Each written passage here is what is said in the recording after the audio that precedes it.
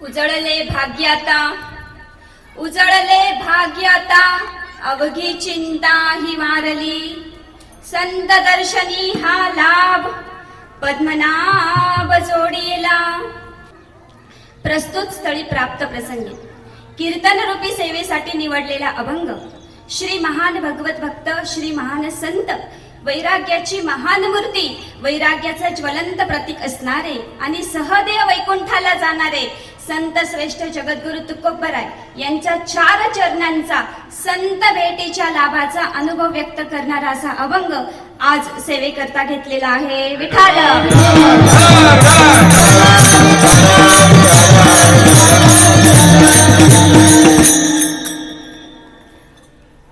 प्रस्तुत अभंगामध्ये महाराज असं म्हणतात की आता माझं भाग्य उजळलं. भाग्य उजळलं म्हणजे काय? चिंता वारली, अवघी चिंता ही वारली.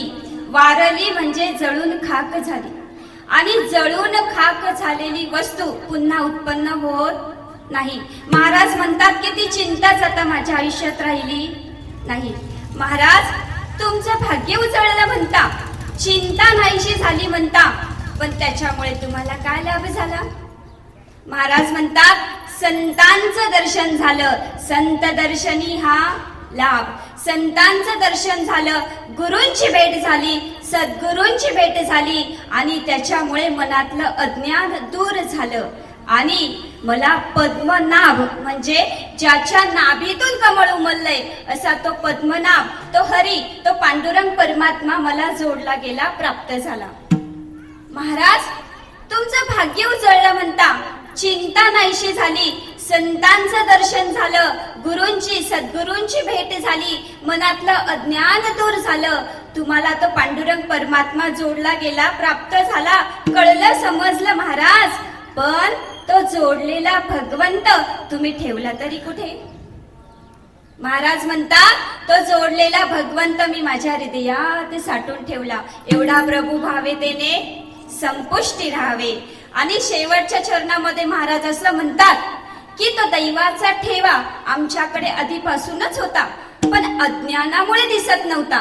जेव्हा गुरूंची भेट झाली, सद्गुरूंची भेट झाली, मनातलं अज्ञान दूर झालं आणि तो दैवाचा ठेवा आम्हाला पूर्वजांच्या पुण्याईमुळे आम्हाला सहज प्राप्त झाला. तुका म्हणे होता ठेवा, तो या भावा सापडला. आता मला सांगा महाराज, सापडला हा शब्द कधी समोर येतो? सापडला हा शब्द कधी समोर येतो? जेव्हा आपल्या जवळची एखादी वस्तू हरवलेली असेल तर. पण वस्तू हरवण्यासाठी ती आधी आपल्या जवळ असावी लागते की नाही? आपल्या जवळची असणारी वस्तू जेव्हा हरवते, हरवल्याच्या नंतर ती सापडते, पण सापडण्यासाठी ती आधी आपल्या जवळ असावी लागते. मग महाराज म्हणतात तो दैवाचा ठेवा आमच्याकडे आधीपासूनच होता, पण अज्ञानामुळे दिसत नव्हता. पण जेव्हा गुरूंची भेट झाली, सद्गुरूंची भेट झाली, मनातलं अज्ञान दूर झालं आणि तो दैवाचा ठेवा आम्हाला सहज प्राप्त झाला. असा ह्या अभंगाचा गोड भावार्थ. विठाल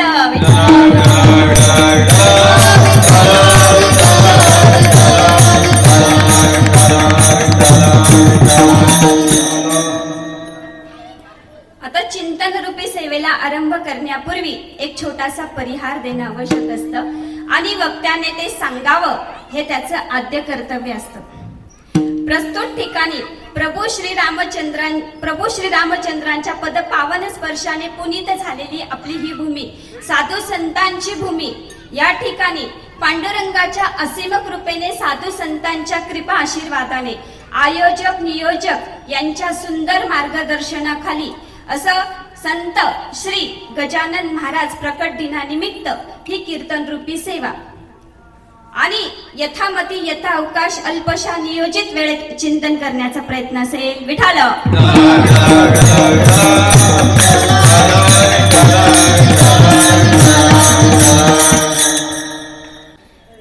आता चिंतन रूपी सेवेला आरंभ करण्यापूर्वी मी नेहमी 3 गोष्टी सांगत असते आणि त्या आवर्जून सांगावंसं वाटतं नेहमी कथा कीर्तन प्रवचनाच्या माध्यमातून.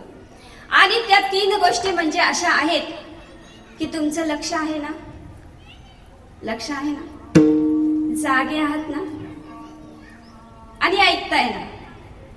आणि तसं मध्ये मध्ये मी विचारणारही आहे नाही, कारण कसं आहे, निद्रा देवी येतेच, कथा कीर्तनामध्ये तर येतेच येते, पण हे बघा, लक्ष आहे, जागे आहात ना आणि ऐकताय ना, याचा अर्थ असा होत नाही. तर जागे आहात ना याचा अर्थ असा होतो की नुसतं दृष्टीने डोळ्याने पाहणं म्हणजे जागं राहणं नाही, नुसतं दृष्टीने डोळ्याने पाहणं म्हणजे जागं राहणं नाही, तर आपण आपल्या धर्मासाठी किती जागे आहोत, आपण आपल्या माणसांसाठी किती जागे आहोत, आणि आपण आपल्या संस्कृतीसाठी किती जागे आहोत, हे महत्वाचं आहे.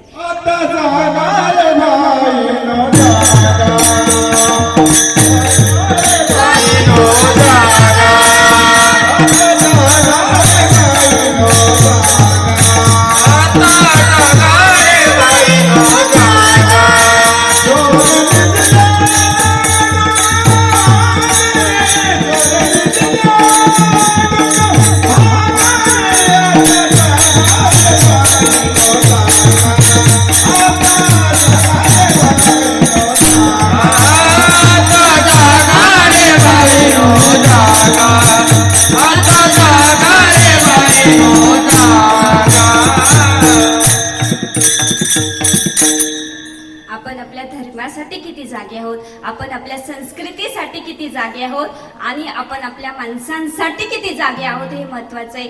आणि आपला एकच धर्म आहे, तो म्हणजे हिंदू.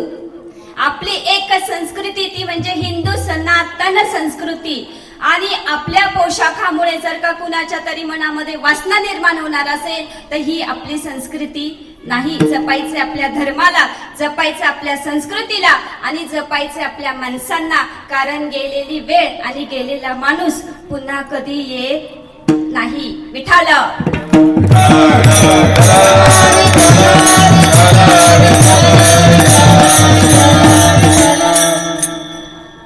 धर्मराज युधिष्ठिरांना प्रश्न विचारण्यात आला होता की धर्मराज, धर्म म्हणजे काय, एका शब्दात सांगा. तेव्हा धर्मराज म्हणाले होते, धर्म म्हणजे सायुज्यता, आणि सायुज्यता म्हणजे जागं राहणं. भगवान श्रीकृष्ण सांगतात, धर्म रक्षन्ति रक्षितः, तुम्ही धर्माचं रक्षण करा, धर्म तुमचं रक्षण करेल. म्हणून जागे आहात ना. दुसरं, ऐकताय ना? ऐकताय ना?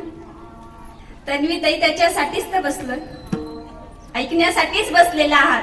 पण लक्षात घ्या, जर आपल्याला एक चांगलं नेतृत्व करायचं असेल, आपल्याला जर एक चांगलं लीडर व्हायचं असेल, तर आपल्याला आधी चांगलं लिसनर व्हावं लागतं.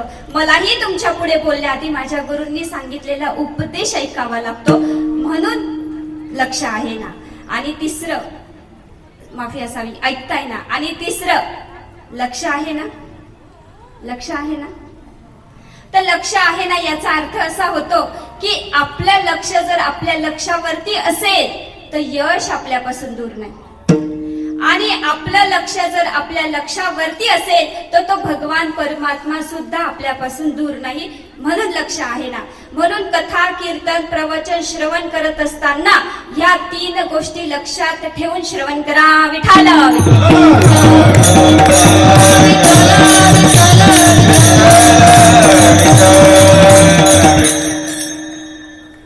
आता आपली आजची जी कीर्तन रूपी सेवा आहे ती गजानन महाराज प्रकट दिनानिमित्त आहे.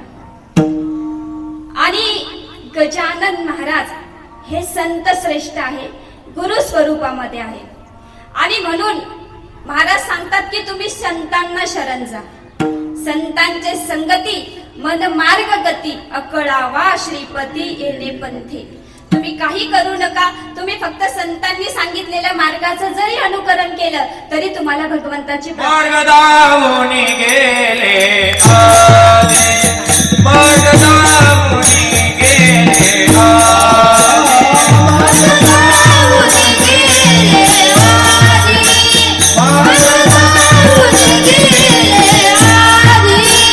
दयानिधी संतते, दयानिधी संतते, तेने जीवन देता तो दाता, तेने जीवन देता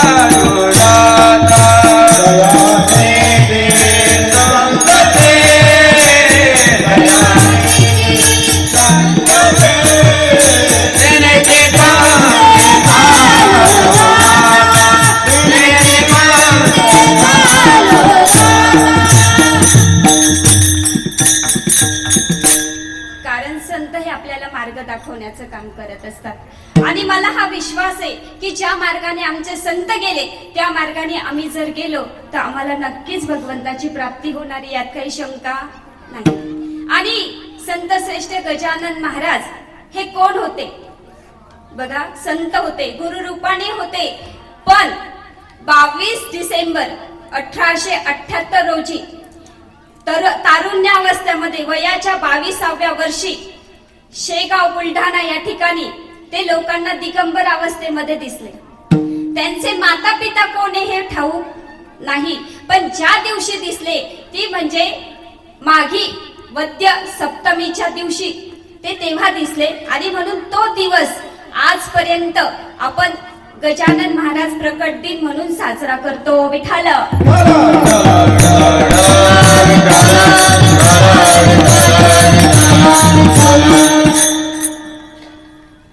आता गजानन महाराज हे संत होते आणि संतांनी काय केलं?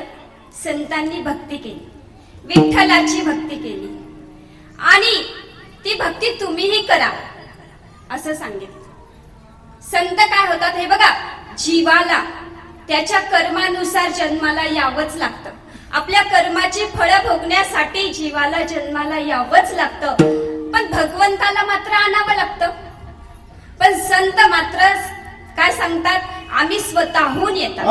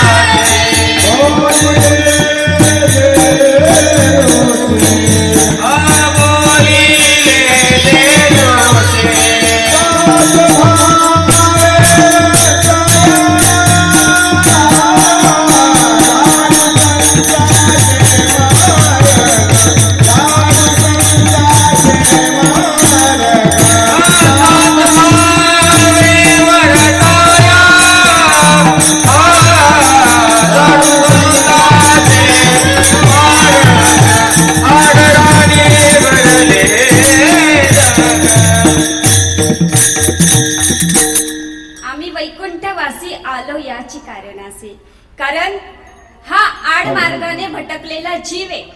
त्याला सन्मार्गावरती दाखवण्यासाठी, त्यांचं अज्ञान दूर करण्यासाठी संत अवतरित झालेले आहेत. आणि गजानन महाराजांनी ह्या जीवाला 3 मार्ग सांगितले. किती? 3 मार्ग. एक कर्म मार्ग, दुसरा ज्ञान मार्ग आणि तिसरा भक्ती मार्ग. आणि ह्या 3 पैकी कोणत्याही मार्गाने तुम्ही गेला तर तुम्हाला भगवंताची प्राप्ती होणार आहे. आता पहिला कर्म मार्ग. कर्मण्यवाधिकारस्ते मा फलेषु कदाचन. म्हणजे तुम्ही कर्म करा पण फळाची अपेक्षा करू नका. पण कर्म कशी करायची? आपल्याला चांगली कर्म करायची. कारण मन शुद्ध झाल्याशिवाय चित्तामध्ये भगवंत येऊन बसत नाही. मग तुम्ही चांगली कर्म करायची. कर्म मार्ग सांगितला. मने चित्त करा रे निर्मळ येऊनी गोपाळ राईते, येऊनी गोपाळ राईते. तुका मने चित्त करा रे निर्मळ येऊनी गोपाळ राईते, येऊनी गोपाळ राईते. तुका मने चित्त करा रे निर्मळ येऊनी गोपाळ राईते, येऊनी गोपाळ राईते. तुका मने चित्त करा रे निर्मळ येऊनी गोपाळ राईते,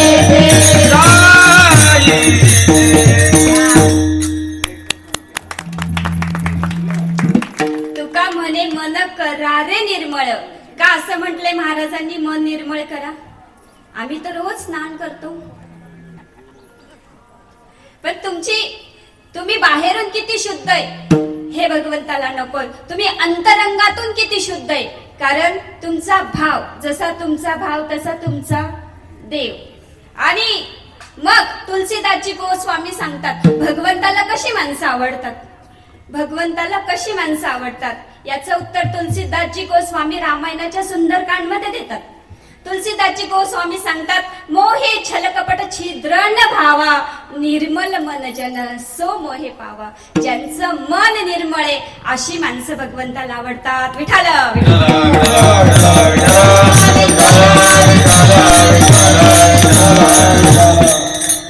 दुसरा मार्ग सांगितला, ज्ञान मार्ग सांगितलं संतांनी.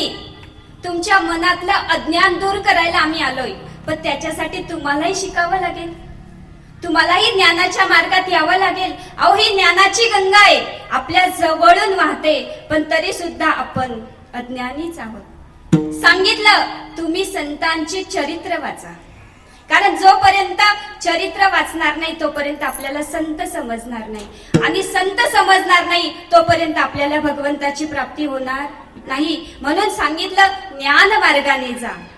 तिसरा मार्ग सांगितला भक्तीचा मार्ग. फार सोपा आहे. करा हरिभक्ती. काय सांगितलं? करा हरिभक्ती, येईल परलोकी कामा, सोडविल यमापासून या. आता का बरं असं सांगितलं असेल भक्ती करा? का असं सांगितलं असेल भक्ती करा? कारण त्याचं कारण असं आहे की बघा, आपण जर परदेशात गेलो ना महाराज, परदेशात अमेरिकेत गेलो तर आपलं भारतीय चलन तिथे चालतं का? इथली करन्सी तिथे चालते का? म्हणजे देशातलं चलन जर तिथे चालत नाही तर इहलोकातलं चलन परलोकात चालेल का? चालेल का? नाही. मग त्यांनी सांगितलं, जर परलोकामध्ये तुम्हाला यमापासून सोडवणूक करून घ्यायची असेल, 84 लाख योनीच्या फेऱ्यातून जर तुम्हाला तुमची सुटका करून घ्यायची असेल, तर तुम्हाला हरीचीच भक्ती करावी लागेल. आणि हेच कारण परमार्थ हेच श्रेष्ठ धन, जे जोडी देवाचे चरण. परमार्थ महाधन, जोडी देवाचे चरण, जोडी देवाचे चरण, जोडी देवाचे चरण. परमार्थ महाधन, जोडी देवाचे चरण, जोडी देवाचे चरण, जोडी देवाचे चरण.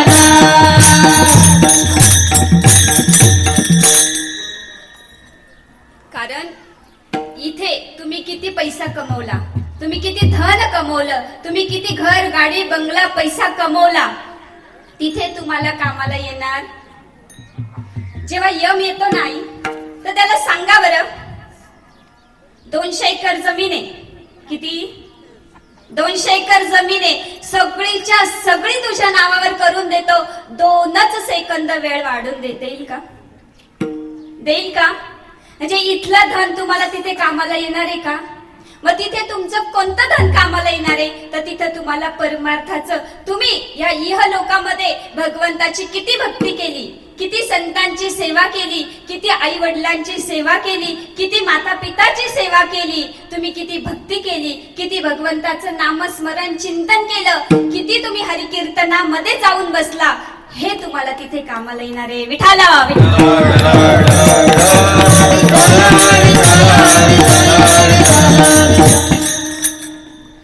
आणि गजानन महाराज हे विठ्ठल भक्त होते. त्यांनी विठ्ठलाची भक्ती केली आणि तुम्हीही करा असं सांगितलं.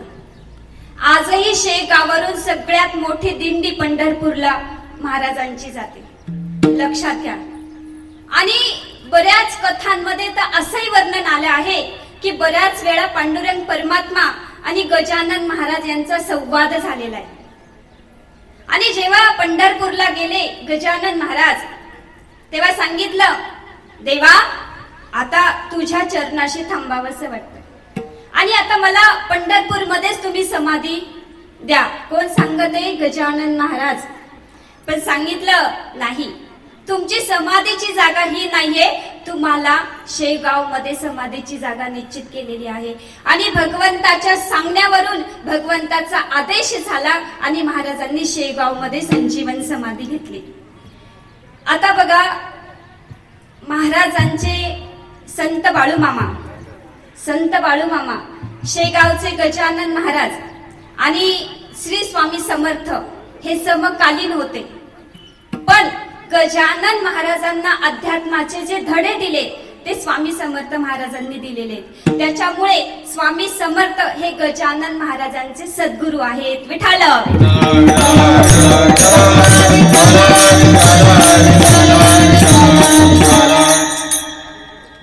आणि जेव्हा गजानन महाराजांचं योगित्व लोकांना लक्षात आलं की हे कोणी साधे सुधे पुरुष नाहीये, हे सिद्ध पुरुष आहे, तेव्हा सगळे त्यांची सेवा करू लागले, भक्ती करू लागले. आपलं जे काही दुःख असेल ते महाराजांना सांगू लागले.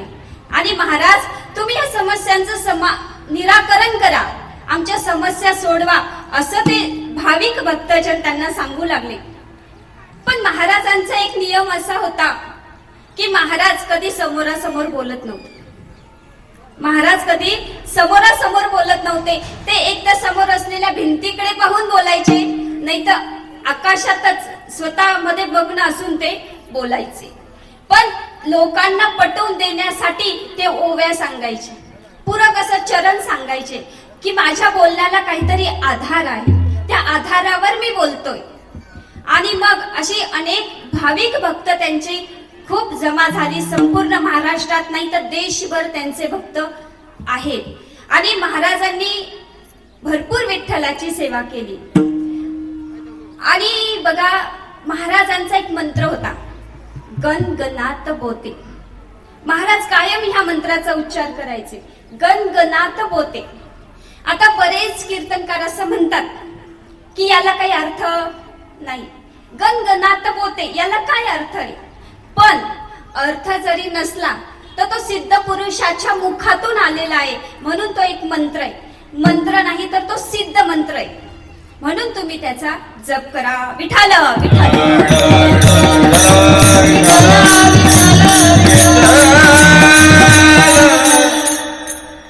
पण बघा गणात बोते म्हणजे काय, अर्थ तर समजून घेतला पाहिजे ना. आपण एखाद्या मंत्राचा जर उच्चार करतोय तर त्याच्या मागे काहीतरी कारण आहे, कारण संत काही सहसा बोलत नाही. पण गणात बोते म्हणजे काय, पहिला गण म्हणजे जीव, तुम्ही आम्ही, आणि दुसरा गण म्हणजे शिव. आणि जीव आणि शिव वेगळे नाही, तो ब्रह्म आहे, तो आपल्या आतमध्येच आहे, लक्षात घ्या. आणि तुमच्या अंतरंगात असलेल्या त्या भगवंताला तुम्ही ओळखा. बोते म्हणजे तो आपल्यामध्येच आहे, आणि आपल्यामध्ये असलेल्या भगवंताला जर तुम्ही ओळखलं तर तुम्हाला भगवंताची प्राप्ती झाल्याशिवाय राहणार नाही. विठाल.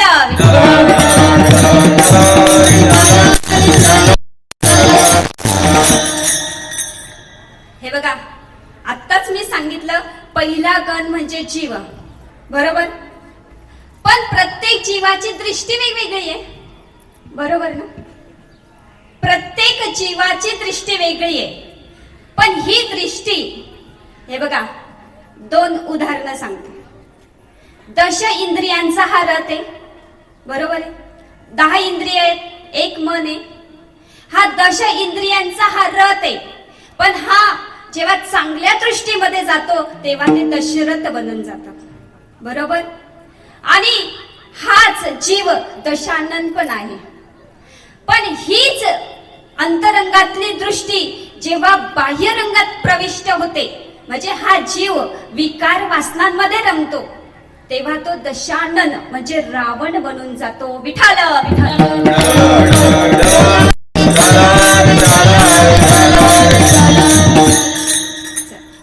उजळले भाग्य आता, अवघी चिंता ही वारली, संत दर्शनी हा लाभ, पद्मनाभ जोडीला.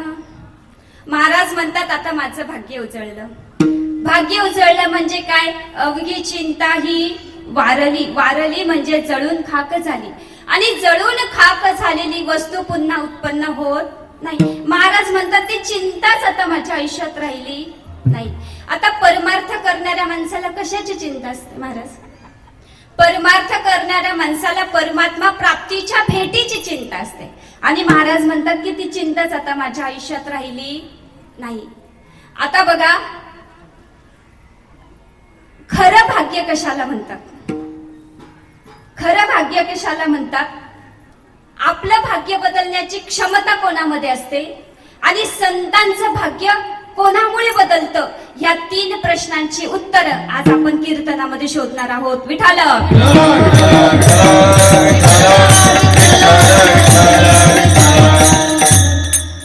बघा, ज्ञानदेव म्हणता माया गेली समूळ विलया, संत महिमा वर्णू किती, निर्जीव चालविली भिंती, रेड्यामुखी वेद बोले. बऱ्याच वेळा विचार केल्याच्या नंतर असं लक्षात येतं की कशी काय ही प्रकृती संतांचंच बरं ऐकते.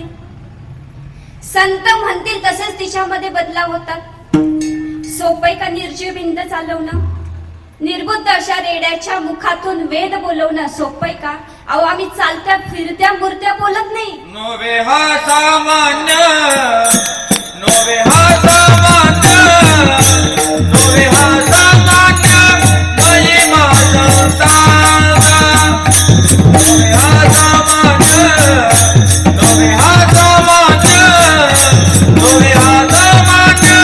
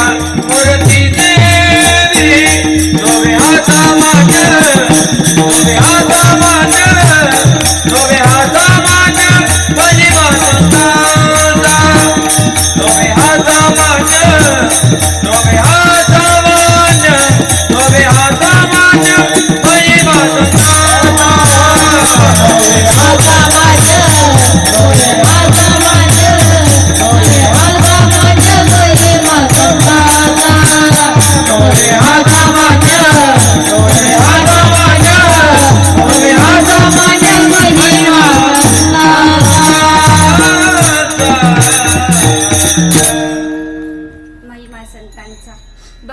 पुराणांमध्ये एक सुंदर कथा आलेली बाबा, की ब्रह्मदेवाने जीवसृष्टी निर्माण केली, म्हणजे तुम्हा आम्हाला निर्माण केलं. आणि ब्रह्मदेवाने निर्माण केलेली ही जीवसृष्टी ना फार सुंदर आहे महाराज, फार सुंदर आहे. पण ह्या जीवसृष्टीमध्ये निर्माण झालेला अज्ञानरूपी अंधकार मात्र बिकट आहे. आणि मग सगळे देवी देवता भयभीत झाले आणि ब्रह्मदेवांकडे गेले आणि ब्रह्मदेवांना सांगितलं, देवा तुम्ही ही जी जीवसृष्टी निर्माण केली ना ती फार सुंदर आहे, पण तिच्यामध्ये निर्माण झालेला अज्ञानरूपी अंधकार मात्र बिकट आहे. आणि हा अज्ञान दूर करण्यासाठी तुम्ही आता काहीतरी करा. आता ब्रह्माजी सांगतायत सृष्टी निर्माण करण्याचं काम माझं, पण त्याच्या पुढचं मंत्रालय काय माझ्याकडे, आणि त्या पुढे पालन पोषणाची जबाबदारी विष्णूंची आहे. त्याच्यासाठी तुम्ही विष्णूंना शरण जा.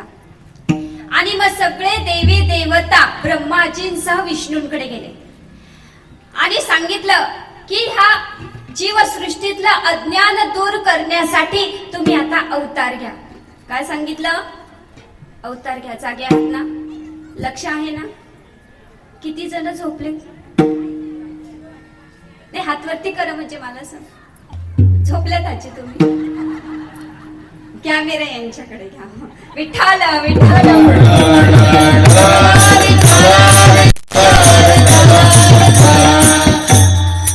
पक्के सोते आणि पक्के श्रोते पटकन पकडल्या जातात असं.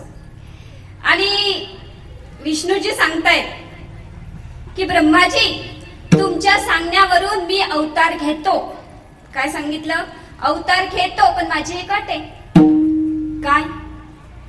हे बघा, ही जीवसृष्टी तुम्ही निर्माण केली आहे, त्याच्यामध्ये बदल करण्याचा कोणाला अधिकार?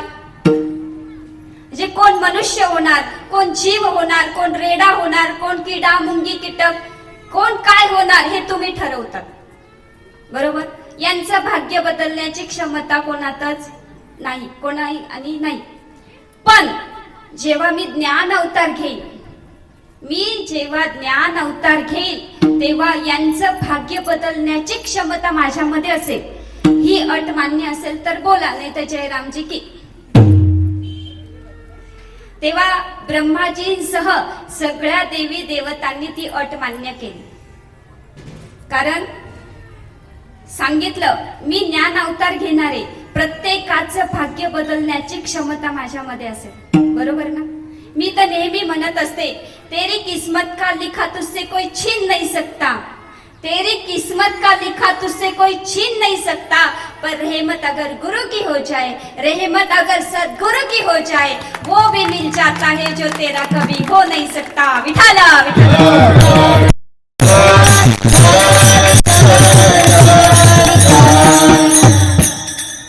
आणि मग ती अट विष्णूंनी मान्य केली आणि संपूर्ण गुरुतत्व सद्गुरु तत्व प्रकट झालं आणि ज्ञानोबा माऊलींचा जन्म झाला. हा विष्णूचा अवतार सखा माझा ज्ञानेश्वर. आणि म्हणून आपलं भाग्य बदलण्याची क्षमता ही संतांमध्ये असते. म्हणून तुम्ही संतांना शरण जा. विठाला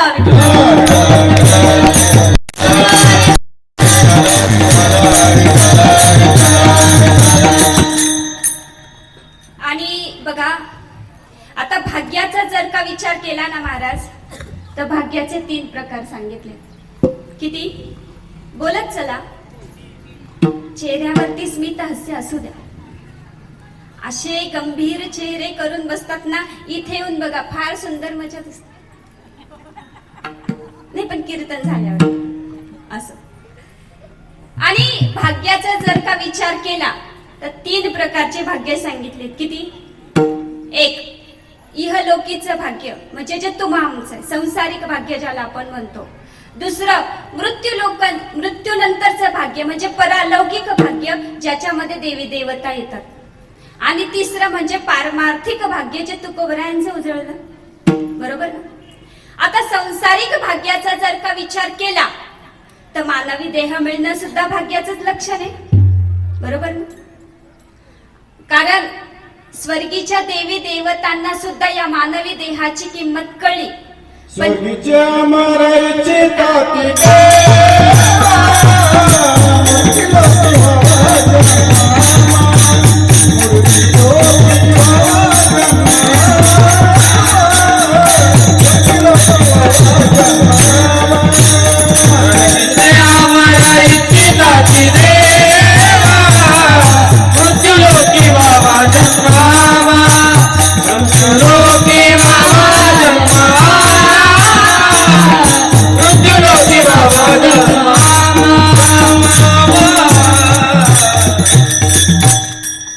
म्हणजे स्वर्गातल्या देवी देवतांना सुद्धा हा देह हवा हवासा वाटतो, पण त्यांना मागून सुद्धा असा हा अनमोल देह मिळत नाही. पण तो आपल्याला मिळालाय कशासाठी?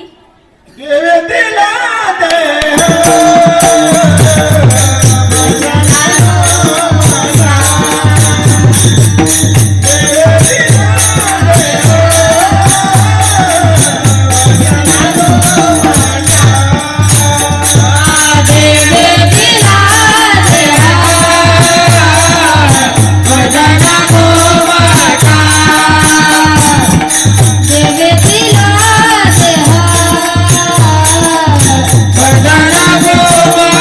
Bye.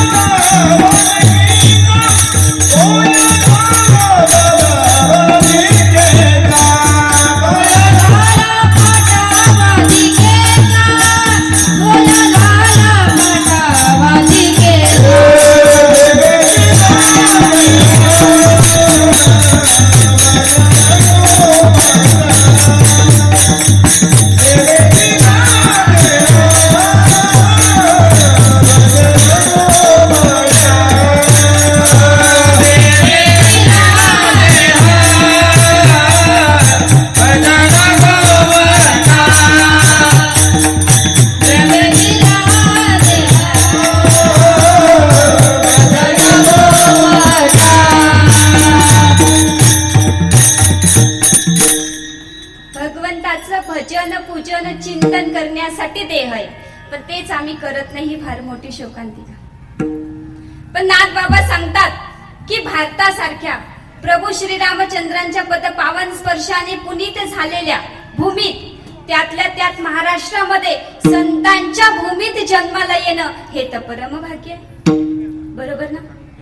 पण महाराज, आता आपली आजची सेवा संतांच्या साठी आहे, बरोबर? संत होते गजानन महाराज. पण ह्या भूमीला संतांची भूमी असं का म्हणतात? बोला. ह्या भूमीला संतांची भूमी असं का म्हणतात? आणि ह्या भूमीला संतांच्या भूमीने आपण म्हणतो, पण असं कुठेही आपल्याला वाचायला लिहायला मिळत नाही की संतांच्या भूमीमध्ये तुमचं स्वागत आहे. दिसतं का महाराज? आपल्याला वारकरी संप्रदायाची शोकांतिका आहे आणि आपण त्याच्यासाठी काहीतरी केलं पाहिजे. कारण तुम्ही द्वारकेला जर गेला तर तिथे देवभूमीमध्ये तुमचं स्वागत आहे असेच बोर्ड तुम्हाला पाहायला भेटते.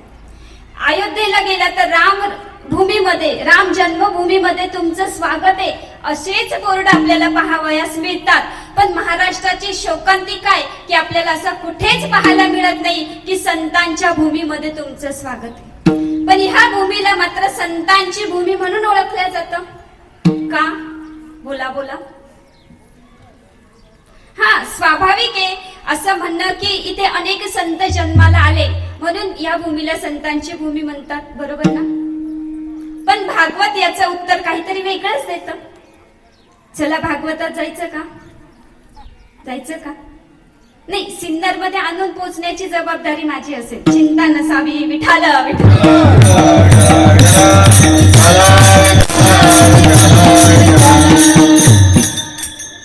चला, आज महाराजांचा प्रकट दिन आहे. चला भगवान श्रीकृष्णाला भेटून येऊ. द्वारकेला चाललोय आपण आता, विना तिकीट. चिंता नसावी, अवघी चिंता वारली. आणि द्वारकेला बघा, भगवान श्रीकृष्णाचा आणि माता रुक्मिणीचा स्वयंवर झालेला आहे, बरोबर? कशा परिस्थितीत झालाय आम्हाला ठाऊक आहे. आणि भगवान श्रीकृष्ण माता रुक्मिणीला घेऊन गेले द्वारकेला. नवीन विवाह झालेला आहे, पती आपल्या पत्नीवर खुश आहे. काय खुश? पहिला दिवस लग्नाचा. आणि सांगितलं, रुक्मिणी काहीतरी माग. काय सांगितलं? आता पतिदेव खुश आहे, काहीतरी मागायला सांगतायत. लग्नाचा पहिला दिवस आहे, आत्ताची पत्नी असती तर? बोला बोला. आत्ताची पत्नी असती तर काय मागितलं असतं? तो आपला विषय. नाही तर कीर्तन इथंच. विठाला विठाला.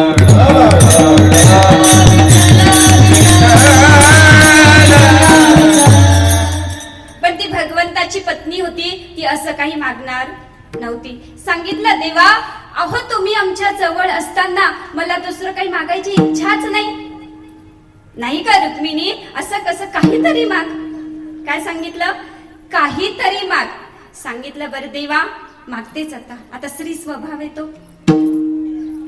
सांगितलं, देवा आत्ताच नवीन विवाह झालेला आहे, कशा परिस्थितीत झाला तुम्हाला ठाऊक आहे. आणि मी जर म्हंटल तुम्हाला माझ्या माहेरी चला तर तुम्ही काही येणार नाही.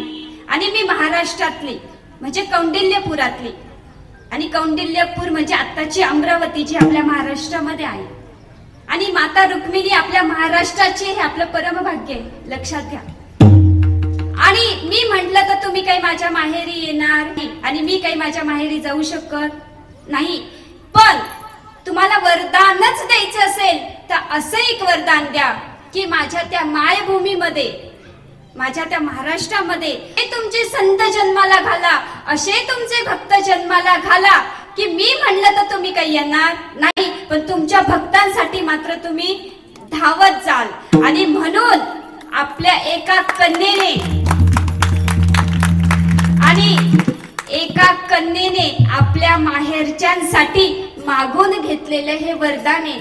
आणि भगवंताने द्वापार युगामध्ये आपल्या पत्नीला म्हणजे रुक्मिणीला दिलेलं वरदान आजपर्यंत पाळलेले. म्हणून ह्याच भूमीत संत जन्माला येतात आणि त्यांच्या नावाने ह्या भूमीला संतांची भूमी म्हणून ओळखलं जातं. विठाल.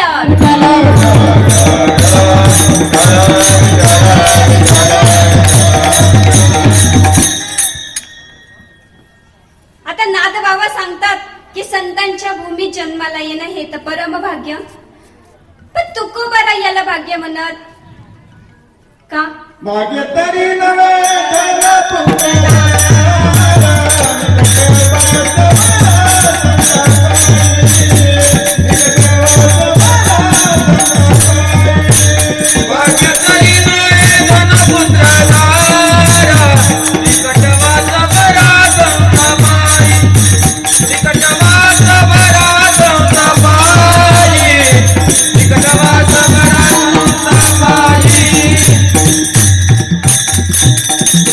बघा, भाग्य तरी नोहे धन पुत्र दारा. का असं म्हटलंय महाराजांनी? धन पुत्र दारा. कारण धन म्हणजे पैसा, बरोबर ना? ज्याच्या मागे तुम्ही आम्ही सर्वजण लागलेलो आहोत. पण खूप पैसा आहे हो आमच्याकडे, खूप पैसा आहे, खूप पैसा आहे. पण त्या पैशामुळे जर सख्खा भाऊ सख्या भावाचं तोंड बघत नसेल तर त्याला भाग्य म्हणावं का? पुत्र, मुलगा, पहिले विचारतात, ताई तुम्हाला मुलगा आहे का? पहिला प्रश्न असा विचारतात, बरोबर ना? पुत्र खूप शिकलेला आहे, मुलगा आहे आम्हाला, भाग्य आहे आमचं असं म्हणतात. पण मुलगा खूप शिकलाय, खूप शिकलाय, अमेरिकेत आहे, मोठ्या हुद्द्यावर आहे, पण अंतिम समय आला तोच पुत्र जर आपल्या माता पिताच्या समोर नसेल तर त्याला भाग्य म्हणावं का? दारा, पत्नी, भार्या, जी दारातूनच म्हणते आज खूप उशीर झाला. कारण बघा, एक श्रीमंत माणूस सुद्धा कधीतरी गरीब होऊ शकतो. एक चांगल्या मुलाचा बाप सुद्धा कधीतरी वाईट मुलाचा बाप होऊ शकतो. एक पत्नी सुद्धा कधीतरी पतनास नेणारी मिळू शकते. म्हणून महाराज म्हणतात हे खरं भाग्य नाही. आणि ते कोणतं खरं, तर याचं उत्तर ते लगेच देतात. काय सांगतात? निकट वास बरा संता पायी. का असं म्हटलंय की तुम्ही संतांना शरण जा? का असं म्हणतात? एक फार सुंदर उदाहरण येतं पुढे, ते म्हणजे आपल्या गावबाचं.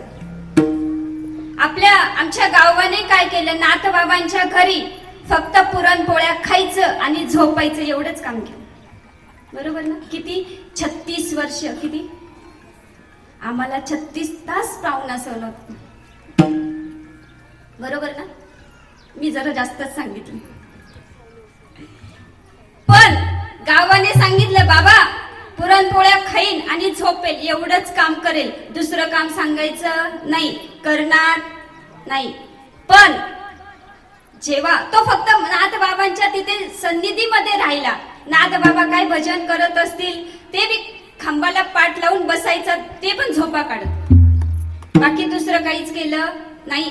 पण जेव्हा नाथबाबांचा निर्वाणीचा काळ आला तेव्हा बाबा भावार्थ रामायण लिहित होते. आणि मग सांगितलं आता हे भावार्थ रामायण कोण पूर्ण करणार? सांगितलं नाथबाबांचा मुलगाच पूर्ण करेल. बाबा सांगतायत कोण? माझा मुलगा? नाही नाही नाही नाही, आपला गावबा आहे ना. अहो गावबा, त्याने फक्त पुरणपोळ्या खायचं आणि झोपायचं एवढंच केलं, तो काय नाथ रामायण पूर्ण करेल? हे बघा, खरा ज्ञानी तोच असतो जो दुसऱ्याला अज्ञानी समजत नाही. लक्षात घ्या. नाथबाबांनी अंतर्पणाने पाहिलं, मस्तकावरती हात ठेवला गावबाच्या, गुरुकृपा झाली, सद्गुरूंची कृपा झाली आणि उरलेलं भावार्थ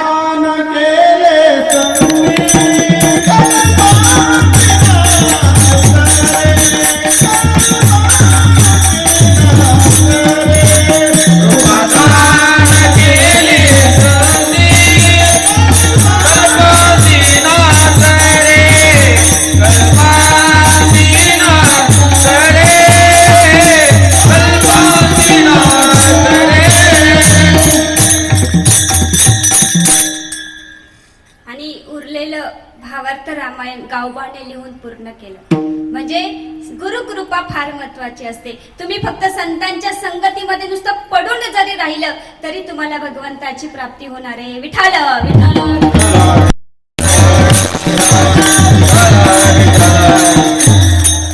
आता दुसरं भाग्य म्हणजे परालौकिक भाग्य म्हणजे मृत्यूनंतरचं भाग्य. त्याच्यामध्ये देवी देवता येतात, ब्रह्माजी येतात, चंद्र सूर्य तारे येतात. पण लक्षात घ्या, यांना सुद्धा आपला कालावधी संपल्याच्या नंतर जन्म मृत्यूच्या फेऱ्यात अडकावं लागतं. म्हणून महाराज म्हणतात हे सुद्धा खरं भाग्य नाही. मग खरं भाग्य कोणतं? तर ते म्हणजे तिसरं पारमार्थिक भाग्य जे तुकोबरायांचं उजळलं. लक्षात घ्या. आता महाराज, आता प्रत्येकाच्या आयुष्यात 2 दिवस महत्वाचे असतात. महाराज लक्ष द्या. जागे आहात ना? ऐकताय ना? नाही, आम्हाला कळतं कोण ऐकतंय. कारण आता पुण्याला जेव्हा रामकथा झाली ना आमची, तिथे एक महिला आल्या कथा संपल्याच्या नंतर आणि म्हणाल्या, ताई फार सुंदर कथा झाली. काय म्हणाल्या? फार सुंदर कथा झाली. आता एखाद्याने आपलं कौतुक केल्यावर का मन में लड्डू फुटला. आणि म्हटलं, पण ताई तुम्हाला काय आवडलं कथेमधलं? काय काय आवडलं म्हटलं? असं काहीतरी विशेष असेल ना? आणि हो ताई, मग सांगते ना. आणि काय म्हणे, क्या सोनी कथा वाचू दी, क्या सोनी कथा वाचू. घर में 2-2 गोली नींद की खावे तो भी नींद नहीं आवे, और थारो कथा में से चोखी नींद आवे. थारे क्या बताओ विठाला.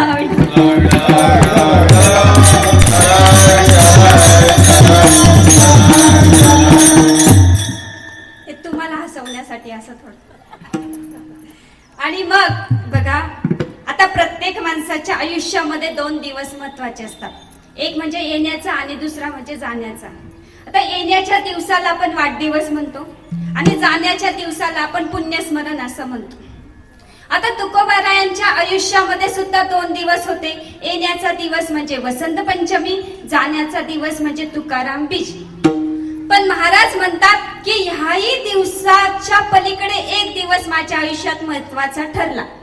तो म्हणजे माघ शुद्ध दशमीच्या दिवशी माझे गुरु माझ्या स्वप्नात आले, रामकृष्ण हरी मंत्राचा बोध केला आणि मनातलं अज्ञान दूर झालं. कारण त्या दिवशी मला खऱ्या अर्थाने माझ्या सद्गुरूंची भेट झाली. आणि गुरुदक्षिणा म्हणून काय मागितलं? भोजना मागती तूप पावशेर, पडीला विसर. आता का पावशेर तूप मागितलं? मागायची असती तर पुरणपोळी मागितली असती ना. कारण आता तूप म्हटलं की चुप, पुढे काही बोलायचं नाही. पण तूपच का मागितलं? तर त्याचं कारण असं आहे, मंथुनी नवनीता तैसे घे अनंता, वायाव्यर्थ कथा सांडी मार्ग. कारण वेदांत शास्त्रानुसार आपल्या मनाचे 4 भाग पडतात: मन, बुद्धी, अहंकार आणि चित्त. आणि ते चित्त तुपाच्या स्वरूपात माझ्या गुरूंनी माझ्याकडे मागितलं. आणि तो दिवस माझ्या आयुष्यात महत्वाचा ठरला, कारण माझं भाग्य उजळलं. हेच महाराज अभंगाच्या पहिल्या चरणात. उजळले भाग्य आता, उजळले भाग्य आता, उजळले भाग्य आता, भाग्य आता.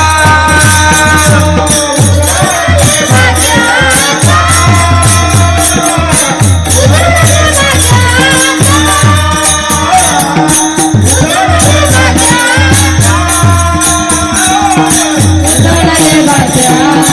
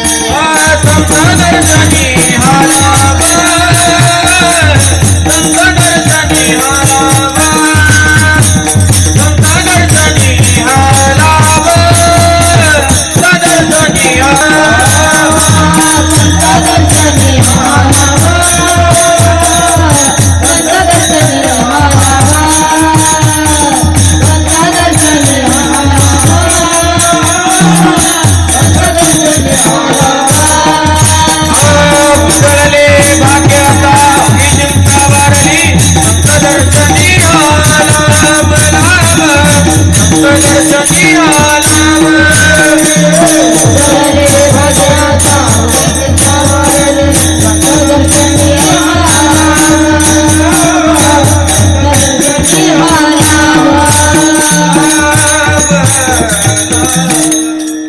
बघा तुकोबरायांचं पारमार्थिक भाग्य उजळलं, बरोबर. संतांची संगती मन मार्गगती अकळावा श्रीपती येणे पंथे. आता महाराज तुम्ही असं म्हणतात की संत संगती करा, पण संत संगतीचा महिमा काय जाणून घ्यायचा आहे ना. कारण चमत्काराशिवाय नमस्कार आणि काहीतरी आपण भगवंताची प्राप्ती का करतो, काहीतरी मिळण्याच्या हेतूने, नाही तर कशाच्या तरी भीतीने. कारण मेल्याच्या नंतर नरक तर भेटणार नाही, बरोबर ना. नाही, स्वर्ग प्राप्तीसाठी भगवंताची प्राप्ती, बरोबर ना. पण महाराज तुम्ही म्हणता संतांच्या संगतीमध्ये जा, पण आम्हाला संत संगतीचा महिमा जाणून घ्यायचा आहे. आणि जसा प्रश्न तुम्हा आम्हाला पडलाय तसाच प्रश्न वैकुंठात नारदांना सुद्धा पडला. आणि नारदजी मुनी सांगतायत की देवा, संत संगतीचा महिमा जाणून घ्यायचा आहे आणि त्याच्यासाठी तुमच्याकडे आलो आहे. सांगितलं नारदा, संत संगतीचा महिमा जाणून घ्यायचा आहे का तुला? ठीक, एक काम कर, तुला त्याच्यासाठी मृत्यू लोकात जावं लागेल. कुठे? मृत्यू लोकात. पण मृत्यू लोकात गेल्याच्या नंतर गटारीतल्या किड्याला विचारायचं की संत संगतीचा महिमा काय. आणि नारदजी मुनी त्या गटारीतल्या किड्याकडे जातात आणि विचारतात. काय? आधी प्रणाम करतात. त्या गटारीतल्या किड्याला आधी प्रणाम करता, कारण तो सुद्धा एक जीव आहे. आणि एक लक्षात घ्या, मी मगाशीच सांगितलं की जपायचं आपल्या संस्कृतीला. आणि आपली संस्कृती प्रणाम करण्याची संस्कृती आहे. आपली संस्कृती रामराम करण्याची संस्कृती आहे. आपण काय करतो? से हाय हॅलो, असंच ना, असंच ना. ही आपली संस्कृती का? नाही, आपली प्रणाम करण्याची संस्कृती आहे. कारण हे मन जेव्हा नमन होतं तेव्हा ते ज्ञानगंगेच्या झऱ्यामध्ये प्रवाहित होतं, लक्षात घ्या. आणि वारकरी संप्रदाय नम्रता शिकवतो, वारकरी संप्रदाय आदर शिकवतो, म्हणून आपण सगळ्यांना प्रेमाने माऊली म्हणतो. आणि नारदाने प्रणाम केला गटारीतल्या किड्याला. अहो, आम्ही माणसांना करत नाही, शोकांतिका. आणि सांगितलं संत संगतीचा महिमा जाणून घेण्यासाठी तुमच्याकडे आलेलो आहे. संत संगतीचा महिमा सांगा. पण असं विचारताच गटारीतला किडा मरतो. गटारीतला किडा मरतो. नारदजी मुनी हताश होतात आणि वैकुंठात जातात. देवा, गटारीतला किडा तर मेला, आता कोणाला विचारू? सांगितलं झाडावरच्या सरड्याला जाऊन विचारायचं संत संगतीचा महिमा काय. आणि झाडावरच्या सरड्याला प्रणाम करत विचारलं संत संगतीचा महिमा सांगा. पण सरडा सुद्धा गतप्राण झाला. नारदजी मुनी पुन्हा हताश झाले. देवा, आता काय करू? सांगितलं नुकतंच गाईच्या गोठ्यामध्ये गाईला एक सुंदर वासरू झालं आणि त्या वासराला जाऊन विचारायचं संत संगतीचा महिमा सांग. आता बघा, ह्या दोघांना तर निदान प्रश्न तरी विचारला होता. पण गाईच्या गोठ्यात जसा पाय ठेवला ठेवताच वासरू गतप्राण झालं. नारदजी मुनी हताश झाले, वैकुंठात गेले. देवा, आतापर्यंत ज्यांना ज्यांना विचारतोय ते सगळे मरण पावताय, ते सगळे गतप्राण होताय, पण मला तर संत संगतीचा महिमा जाणून घ्यायचाय. सांगितलं नारदा, एक काम कर, मृत्यू लोकामध्ये राजाच्या राजवाड्यात एक सुंदर राजकुमाराचा जन्म झालेला आहे आणि त्या एक दिवसाच्या बालकाला जाऊन विचारायचं संत संगतीचा महिमा काय. आता नारदजी मुनी म्हणतात, देवा, आत्ताचे जेवढे जेवढे गेले त्यांचे ते गेले, पण मला विचारणारं कोणी नव्हतं. ते गेले पण मला विचारणारं कोणी नव्हतं. पण राजाचं पोरग जर का गेलं तर माझे काय हल. कारण माणूस कर्म करताना घाबरत नाही, पण मृत्यूला मात्र घाबरतो, बरोबर ना. पण सांगितलं नारदा, या वेळेस असं काही होणार नाही. पण देवा, काय गॅरंटी काय? नाही, कारण काहीतरी गॅरंटी पाहिजे ना. जर ते पोरग गेलं त्याच्या आधी मलाच वैकुंठात यावं लागेल. राजा माझे काय हाल करेल. बरोबर ना महाराज. पण सांगितलं नारदा यावेळेस असं काही होणार नाही, पण त्याच्या आधी तुला माझं स्मरण करावं लागेल. माझं स्मरण करावं लागेल. आता नारदजी मुनी राजवाड्यात आले, बालकाजवळ गेले, कानात प्रश्न विचारणार, पण परत मृत्यूची भीती. पोरग गेलं तर बरोबर ना. पण आठवलं भगवंताने सांगितलंय माझं स्मरण कर नारदा.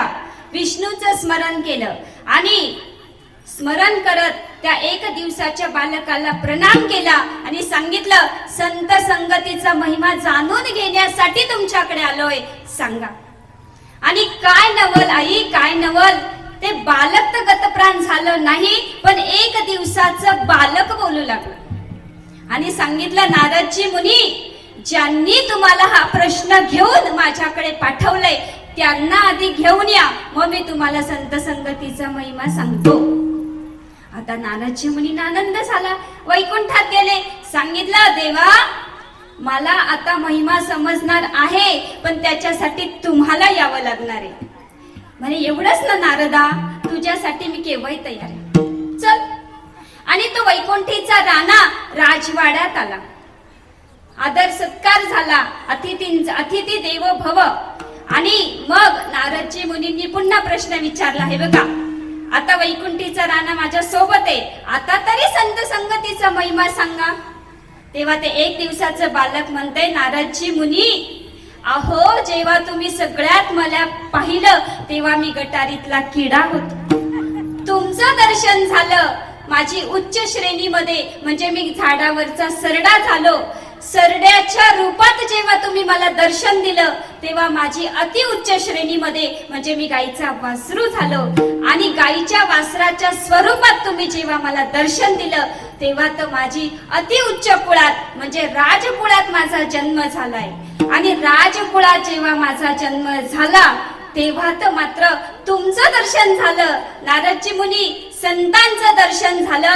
आणि त्याच्यामुळे या मानवी देहात मला तर स्वतः भगवान परमात्मा भेटायला आला. आणि हाच लाभ आहे संत दर्शनी हा लाभ.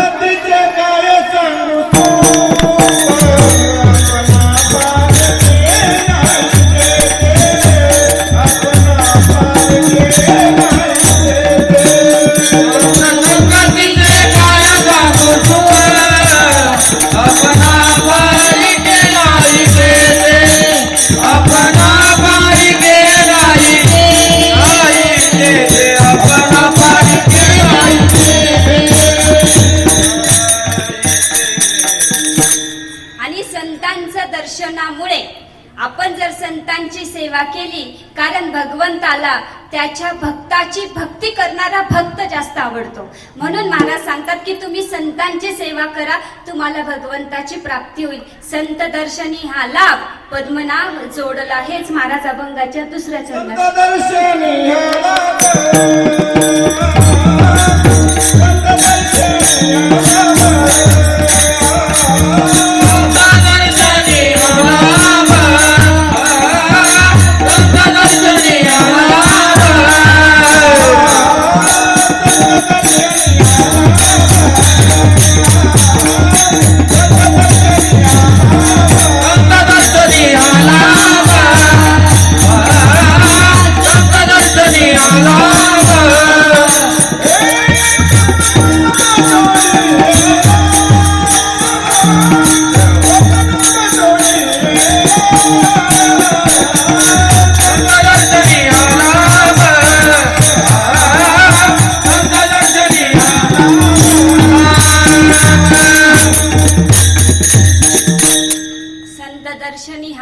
पद्मनाभ जोडलेला. आता बघा मी म्हटलं की भगवंताला कशी माणसं आवडतात, ज्यांचं मन निर्मळ आहे अशी माणसं भगवंताला आवडतात. आता मला सांगा, एखादं चांगलं काम करायचं कशासाठी महाराज? एखादं चांगलं काम करायचं कशासाठी? कुणाच्या तरी हृदयात स्थान मिळण्यासाठी. एक चांगला पखवाज वाजवायचा महाराज कशासाठी? कुणाच्या तरी हृदयात स्थान मिळण्यासाठी. एक चांगलं गायन करायचं कशासाठी? कुणाच्या तरी हृदयात स्थान मिळण्यासाठी, एक चांगलं कीर्तन करायचं कशासाठी, कुणाच्या तरी हृदयात स्थान मिळण्यासाठी. मग मला सांगा, सर्वसामान्य माणसाला हृदय जर का एवढं आवडतं तर भगवंताला का आवडणार नाही? म्हणून संतांनी त्या हृदयाचा बंदीखाना केला आणि भगवंत त्याच्यामध्ये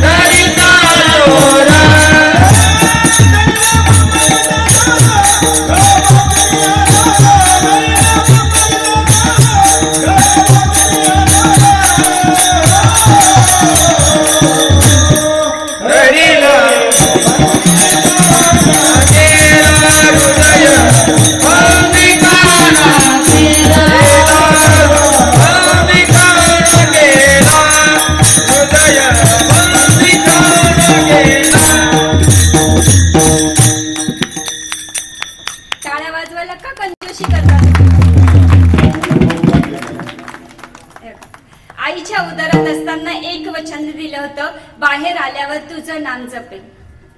पण बाहेर आल्यावर मायेने अशा प्रकारे पकडलं की तिथेच बसून राहील. ज्याच्यासाठी हा देह दिला ते केलंच नाही, भगवंताचं नामस्मरण चिंतन भजन पूजन केलंच नाही.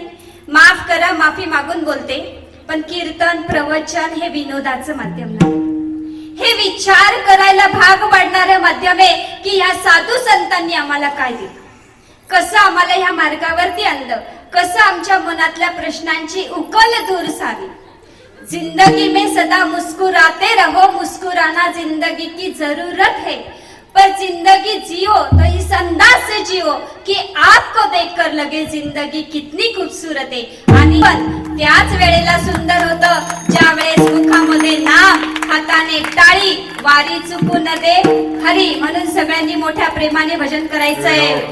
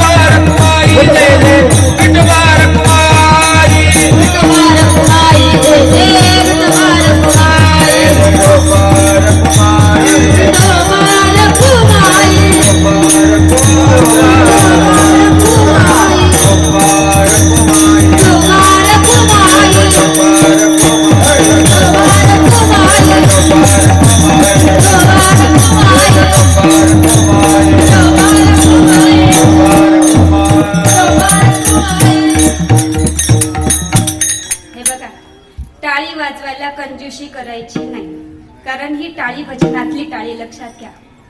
बरोबर ना बाबा? उदाहरण देऊन सांगू का?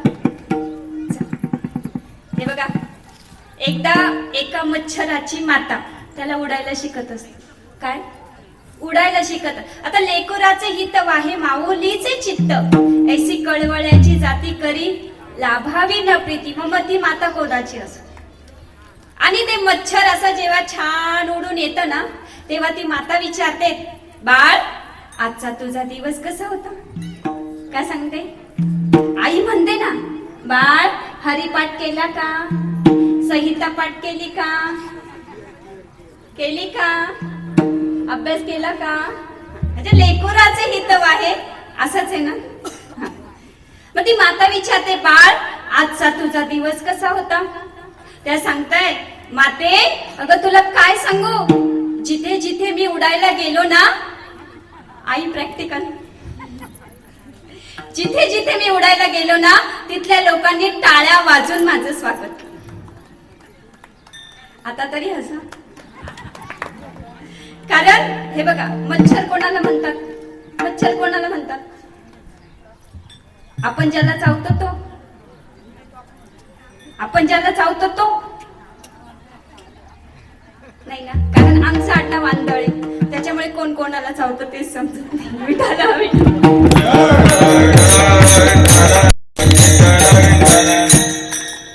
पण ती माता सांगते, बाळ ह्याच टाळीपासून तुला सावध राहायचंय. पण संत मात्र आपल्याला काय सांगतात की हीच टाळी तुम्हाला भजनामध्ये वाजवायची, त्याने तुमचा उद्धार होणार आहे. कलियुगे उद्धार हरीच्या नामे, गायनाचे वाहे टाळी, साधन कळी उत्तम आहे. म्हणून ही टाळी भजनामध्ये वाजवायला कंजूशी करायची नाही. विठाला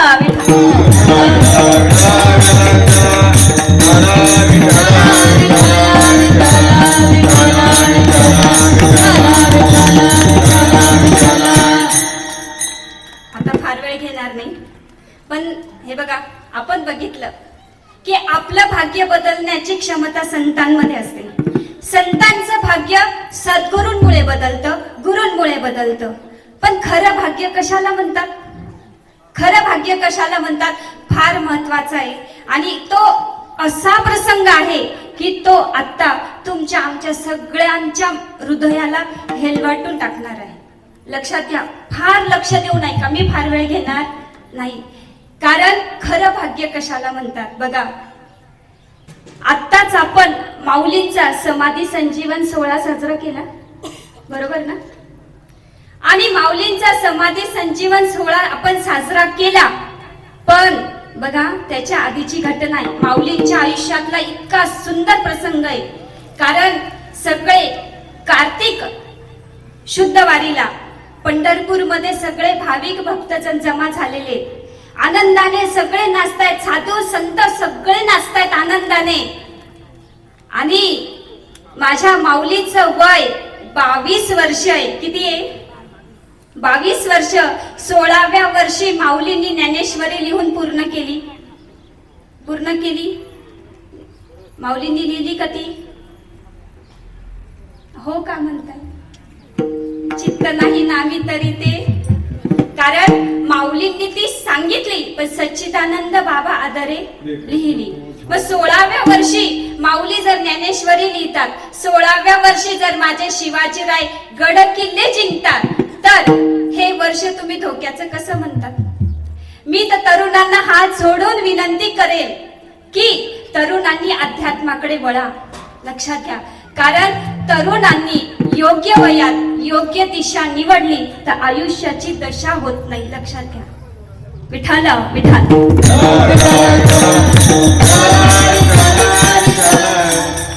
आणि 16व्या वर्षात ज्ञानेश्वरी लिहून पूर्ण केली. त्याच्यानंतर 3 वर्षात त्यांनी भ्रमण केलं माऊलींनी, आणि वारकरी संप्रदायाचं बीज अवघ्या 3च वर्षात, कारण सर्व धर्म समभाव हे वारकरी संप्रदायाचं बीज आहे जे माऊलींनी लावलं. इवलेसे रोप लाविले द्वारी, त्याचा वेलू गेला गगनावरी. 3च वर्षामध्ये वारकरी संप्रदाय इतका मोठा करून ठेवला. आणि वयाच्या 22व्या वर्षी माऊली सांगतायत, देवा आता थांबावंसं वाटतंय. काय सांगितलं? थांबावंसं वाटतंय. अहो इथे 100 गाठलेला म्हातारा माणूस सुद्धा म्हणतो आता जगावंसं वाटतं, बरोबर ना? पण तिथे माझे 22 वर्षाचे माऊली सांगतात, देवा आता थांबावंसं वाटतं. आणि त्यावेळेस सगळा जनसमुदाय, सगळे संत 2 मिनिटासाठी स्तब्ध झाले. काय झाले? स्तब्ध झाले. माऊली अहो एवढ्या कमी वयामध्ये समाधी नका. पण सांगितलं भगवंता नाही, कारण माझ्या गुरूंनी जर माझ्या आधी समाधी घेतली तर आम्हाला कुणाचा आधार राहणार नाही. कारण तुम्ही बघा, महिला मंडळ, आपला पती आपल्यापेक्षा किती जरी मोठा असला तरी एक पतिव्रता स्त्री त्याच्या आधी जाण्याचीच इच्छा करते, बरोबर ना? कारण आधार जर का गेला ना तर त्या जगण्याला आधार. आणि माऊली सांगतायत की माझ्या जर गुरूंनी, निवृत्तीनाथ दादांनी जर समाधी घेतली तर आम्हाला कोणाचा आधार राहणार नाही. म्हणून मला माझ्या सद्गुरूंच्या आधी समाधी घ्यायची. आणि भगवंताने सांगितलं, माऊली देतो, समाधी देतो, पण पंढरपूर मध्ये नाही, अलंकापुरीमध्ये. आणि मग सगळे संत महात्म्य 15 दिवसानंतर कार्तिक वद्यवारीला सगळे अलंकापुरीमध्ये आले. लक्ष द्या बर का. आणि बघा, समाधीची जागा ठरलेली आहे. समाधीची जागा सगळ्यांनी छान नामदेवरायांच्या मुलांनी स्वच्छ केली, सगळं केलं. आणि एका बाजूला निवृत्तीनाथ दादा आणि एका बाजूला पंढरीचा पांडुरंग परमात्मा, एका हाताला सद्गुरू, दुसऱ्या हाताला भगवंत, आणि माऊलींना समाधीमध्ये घेऊन चालले. काय समाधीमध्ये घेऊन चाललेत. समाधीच्या ठिके बसवलं माऊलींना. समोर ज्ञानेश्वरी आहे आणि भगवान परमात्मा सांगतायत, माऊली जगासाठी सगळं केलं, सगळं केलं, स्वतःसाठी काहीतरी मागा. सांगितलं देवा काहीच नको, संत कशाची इच्छा करत नाही, पण माऊली काहीतरी मागा. सांगितलं देवा एकच इच्छा आहे. कार्तिक शुद्ध वारीला सगळे पंढरपूर मध्ये येतात, पण कार्तिक वद्य वारीला मात्र तुम्ही मला भेटायला अलंकापुरी मध्ये यायचं. आणि गेले 750 वर्षापासून भगवंत माऊलींना भेटायला आजही अलंकापुरी मध्ये येतो. याला भाग्य म्हणतात. समाधी घेतले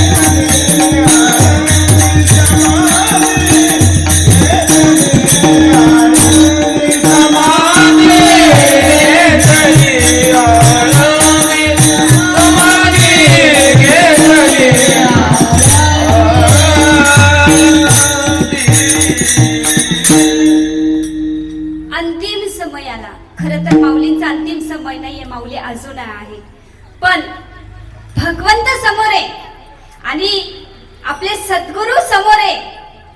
बघा बर का, पंढरीचा पांडुरंग परमात्मा रडत आहे. माझ्या भगवंताच्या डोळ्यामध्ये अश्रू आहे, रडत आहे. रुक्मिणी सांगते, देवा सावरा स्वतःला का रडतेस? आणि नामदेवराय मात्र, आणि इकडे निवृत्तीनाथ दादांची अवस्था तर अशी आहे, वैराग्याचे मेरू आहेत, ज्यांना माया बाधत नाही.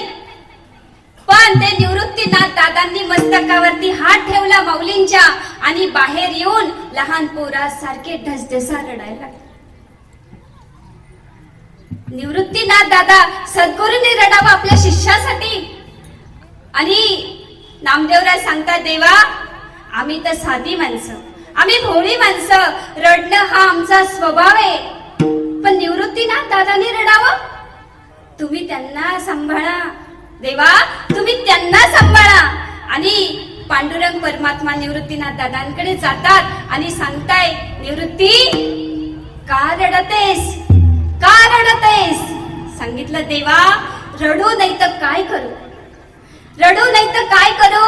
अरे ह्या आळंदीतल्या लोकांनी आम्हाला जाती बाहेर काढलं, आम्हाला मूर्ख म्हटलं, नाही नाही ते बोलणे केले, आम्हाला पोटाला कधी अन्न सुद्धा दिलं नाही.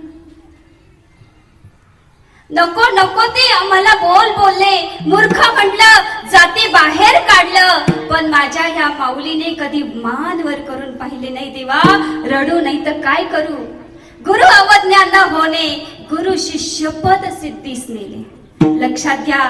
आणि एका बाजूला पंढरीचा पांडुरंग परमात्मा रडतोय, एका बाजूला सद्गुरू रडतायत. आणि याला भाग्य म्हणतात माय बापा हो, याला भाग्य म्हणतात. विठाला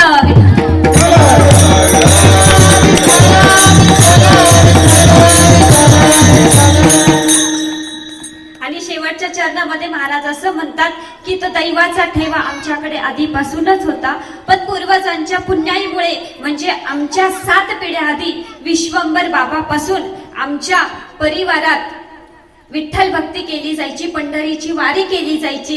त्याच्यामुळे पूर्वजांच्या पुण्याईमुळे तो ठेवा आम्हाला कमने होता ठेवा, कमने होता ठेवा, कमने होता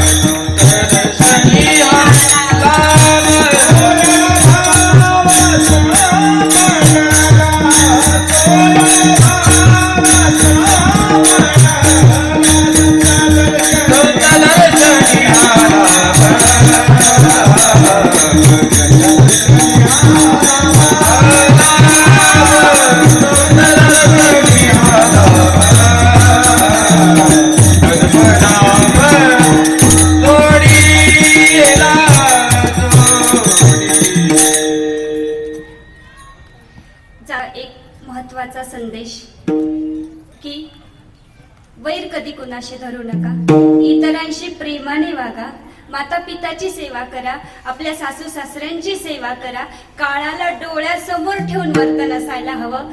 आणि सगळ्यात महत्वाचा संदेश म्हणजे महिला मंडळ गळ्यामध्ये सोन्याच्या माळा घालण्यापेक्षा गळ्यामध्ये, कारण सोन्यामध्ये बसायला स्थान दिलं होतं कलीला राजा परीक्षितांनी, त्या राजा परीक्षितांना त्याने सोडलं नाही, तू आम्हाला सोडणार आहे का? म्हणून गळ्यामध्ये सोन्याच्या माळा घालण्यापेक्षा गळ्यामध्ये पवित्र तुळशीची माळ घालून पांडुरंगाची कृपा प्राप्त करून घ्या. विठाल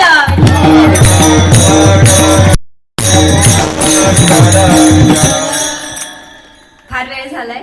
आज या ठिकाणी सगळे संजीवनी नगर परिसरातील आपल्या सगळे खरं तर माणसं माझी आहेत, त्याच्यामुळे कोणाचं नाव घ्यायचं नाही.